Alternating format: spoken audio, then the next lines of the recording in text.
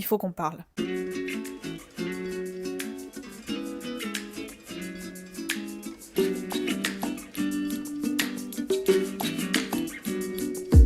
Honnêtement, ça faisait longtemps que j'avais envie de faire une vidéo comme ça, mais j'avais pas encore assez de matière. Mais là, ça fait quelques semaines que j'ai réfléchi. Je récolte des datas par-ci par-là. Non, ça va pas le faire par contre. Oh, mais je t'aime tellement. Bref, et je me suis enfin décidée à en faire une vidéo complète quand j'ai fait une story, si vous me suivez sur Instagram, une story sur la nouvelle Kindle. Et puis en plus, je crois qu'il n'y a pas que Kindle maintenant, il y a d'autres marques de liseuses qui s'y sont mis, qui nous revient avec une nouveauté vraiment inédite et super utile, qui est le fait de mettre de la couleur sur la Kindle. Et donc dans cette story, pour ceux qui l'ont loupé, je me permettais juste de remettre un petit peu les choses au clair sur le fait que de la couleur sur une liseuse, à quoi ça sert? Excusez-moi, à quoi ça sert? J'ai pas été regarder la fiche technique de la Kindle parce que bon, déjà Kindle, merci mais non merci. Mais en fait, pourquoi faire? La couleur, tu la mets où? Sur la couverture? Très bien. Quand la liseuse est verrouillée et que du coup t'es pas en train de lire. Quand tu surlignes dans ton livre, dites-moi vraiment sérieusement. Parce que moi aussi ça m'arrive de temps en temps de surligner des trucs sur ma liseuse. Mais est-ce que j'y retourne après? Non, vraiment jamais. Donc voilà, cette story, ça permettait juste de s'interroger un petit peu sur l'utilité et de se dire est-ce que vraiment ça sert à quelque chose? Après, si vous n'avez pas de liseuse et que vous êtes actuellement sur le marché pour en acheter une, non mais même, j'allais vous dire peut-être vous pouvez considérer cet achat, mais encore moins si vous avez déjà une liseuse qui marche très bien, je vous en supplie, je vous en conjure, ça ne sert à rien, ça ne sert à rien, ne updatez pas pour ça, gardez votre argent, je vous assure, il sera mieux utilisé de n'importe quelle autre façon. Donc voilà, maintenant qu'on a posé les bases, voilà, j'avais juste envie de parler d'autres petits trucs que j'ai remarqués au cours de ces dernières années sur internet, dans l'univers de Booktube, BookTok, tout ce que vous voulez, que des fois je me dis, il faut peut-être que collectivement on sorte tous un peu plus dehors, toucher de l'air, parce que ça devient un petit peu n'importe quoi. Un truc qui est très d'actualité en ce mois de décembre, début de mois de décembre, avec les calendriers de l'Avent, et une trend que j'ai vue plusieurs fois, mais particulièrement à cette période-là, c'est la trend d'emballer les livres, d'emballer ses propres livres, des livres qu'on a déjà dans notre bibliothèque depuis très longtemps.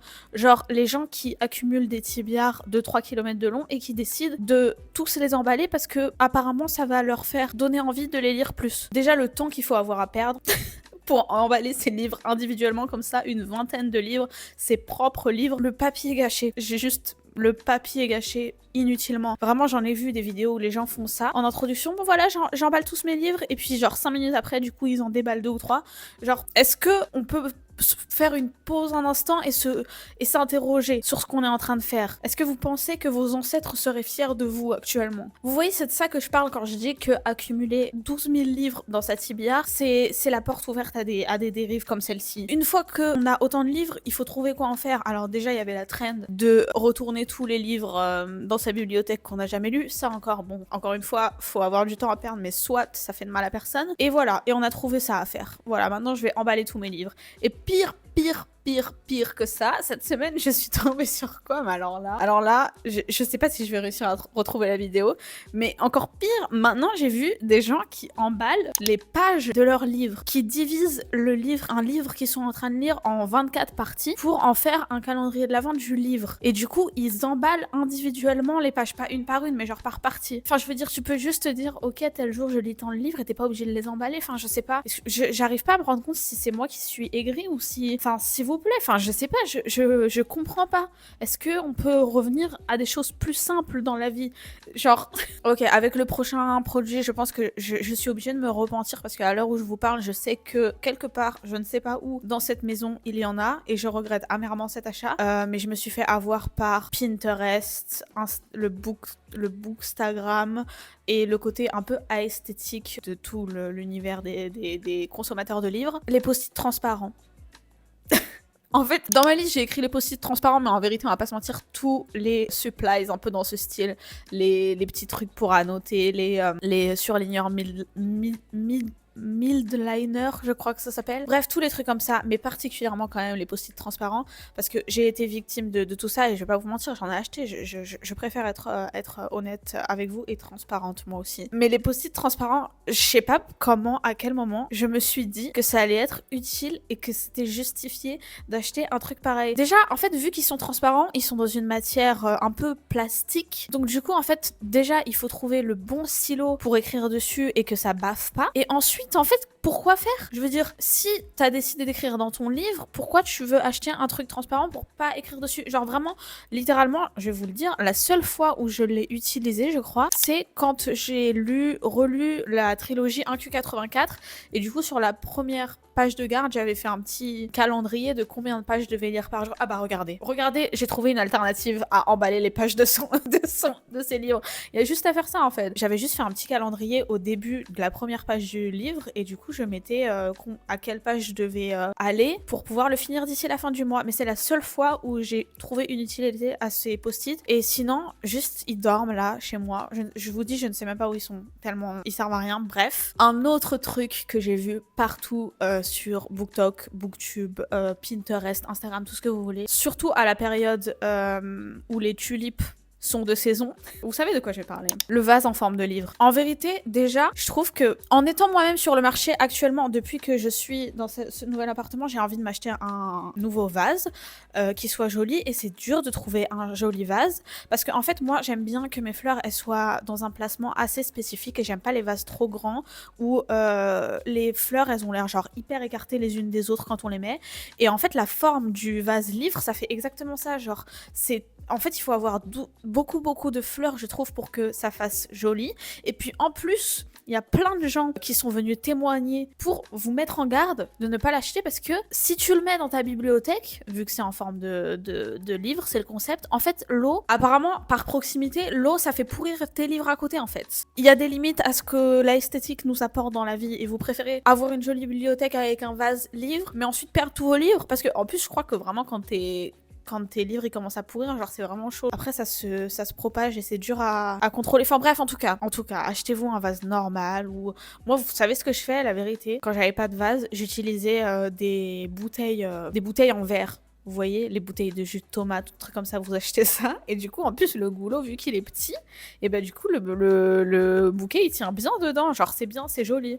Voilà, je vous donne des alternatives en plus, mais n'achetez pas le vase en forme de livre, je vous assure. Et enfin, pour finir, alors à celui-ci, j'aurais dû le mettre en même temps que les trucs au début, quand je critiquais les tibias.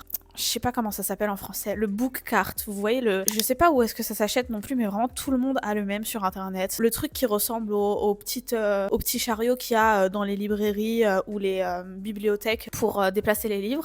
Et les gens, carrément, il y en a certains qui l'utilisent en rangement, je pense, mais la plupart, je vois sur internet, ils l'utilisent justement, ils appellent ça leur TBR cart.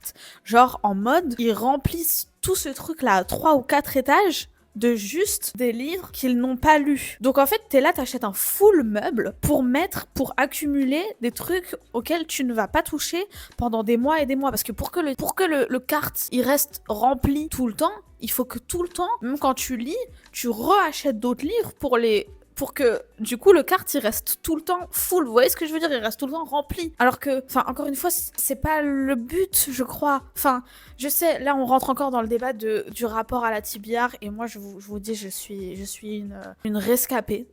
Une ancienne victime et ça suffit, j'ai décidé. Bon après, je vous le concède, peut-être je suis tombée dans l'autre extrême un petit peu obsessionnel en mode dès que je lis un livre, oh non vite, il faut que tout ce que je les lise, il faut pas que j'accumule et tout, genre là à l'heure où je vous parle, je regarde en face de moi, j'ai 3 livres et je suis déjà en mode oh là là, vite, il faut que je les lise, bref. Mais je sais pas, ça m'embête personnellement le concept d'avoir des dizaines et parfois dans certains cas des centaines de livres qu'ils n'ont pas lus. Et je vous avoue que moi je pourrais pas dormir la nuit dans cette situation. Mais bref, juste du coup le concept du book cart là, c'est vraiment donner une place et légitimer le fait que tu accumules des trucs auxquels tu ne vas pas toucher pendant des mois, et même quand tu décides de les lire, il faut quand même que du coup directement, immédiatement après t'en rachètes pour que du coup ta TBR carte elle soit tout le temps remplie, et ça n'en finit pas. Donc voilà, je suis contre, voilà, abat les TBR de 3 km et abat les TBR cartes. Voilà, c'est tout ce que j'avais à vous dire, c'est tout ce que j'avais sur ma liste. Je sais pas si vous serez d'accord avec moi sur tout, dites-moi, donnez-moi votre avis, donnez-moi votre approche sur le concept des TBR, des pales. Et dites-moi aussi ce que vous en avez pensé de cette vidéo. Ça change un petit peu. Je vous avoue que j'étais pas des plus à l'aise. Mais ça m'a fait rire quand même. Aussi. Et aussi, je voulais en profiter, je trouve que ça rentre un petit peu dans le thème, pour parler du fait que, à l'heure où je vous parle, depuis hier, je crois, sur ma chaîne, j'ai validé tous les critères pour être monétisée. En sachant que, je sais pas, ça doit faire 3 ou 4 ans que j'ai commencé. Et voilà, cette année, ça a vraiment pris un petit peu plus d'ampleur, surtout depuis qu'on a commencé le podcast avec Enzo. Donc voilà, je voulais vous remercier dans un premier temps, mais aussi vous dire que justement, quand j'ai commencé à voir que j'allais bientôt approcher à ce palier, j'ai commencé à plus y réfléchir et j'ai pris la décision que j'allais pas activer la monétisation sur ma chaîne parce que vous l'avez vu avec le podcast sur Spotify et sur YouTube, on l'a activé avec Enzo. Et donc je vois le système, comment ça marche et tout. J'ai déjà une idée de comment ça fonctionne. Et je me suis rendu compte que ça n'avait pas de sens en fait. C'est pas de l'argent dont j'ai besoin et c'est pas pour ça que j'ai commencé à le faire. Si c'était pour juste gagner une quinzaine d'euros à la fin du mois, je préfère garder mes vidéos sans pub pour vous. Et puis voilà. Donc je voulais quand même en fait le dire pour vous remercier. Parce que malgré tout, même si je l'active pas, je suis contente. Parce que c'est quelque chose que depuis le début sur YouTube Studio, tu vois les chiffres et t'es en mode ah, en fait t'es personne tant que t'as pas fait ça. Donc je voulais quand même vous le dire pour juste une occasion de vous remercier. Pour les personnes qui me suivent depuis le début, je sais pas, depuis un petit peu longtemps, ou même pour les personnes qui m'ont rejoint récemment. Vraiment, ça me fait trop plaisir de voir tous vos petits messages, vos commentaires, que ce soit sous mes vidéos, en DM et tout. Vraiment, ça me fait trop plaisir. Mais voilà, j'avais quand même envie de vous partager cette décision et je trouvais que ça allait bien avec le thème de la vidéo en mode... c'est une décision que j'ai prise en pleine conscience. Et je pense qu'on devrait tous un petit peu plus réfléchir à comme ça dans nos achats et notre consommation. Voilà, je l'ai dit. Sur ce, j'espère que ça vous a plu. Merci si vous êtes restés jusqu'à la fin. Et je vous dis à la semaine prochaine. Bisous!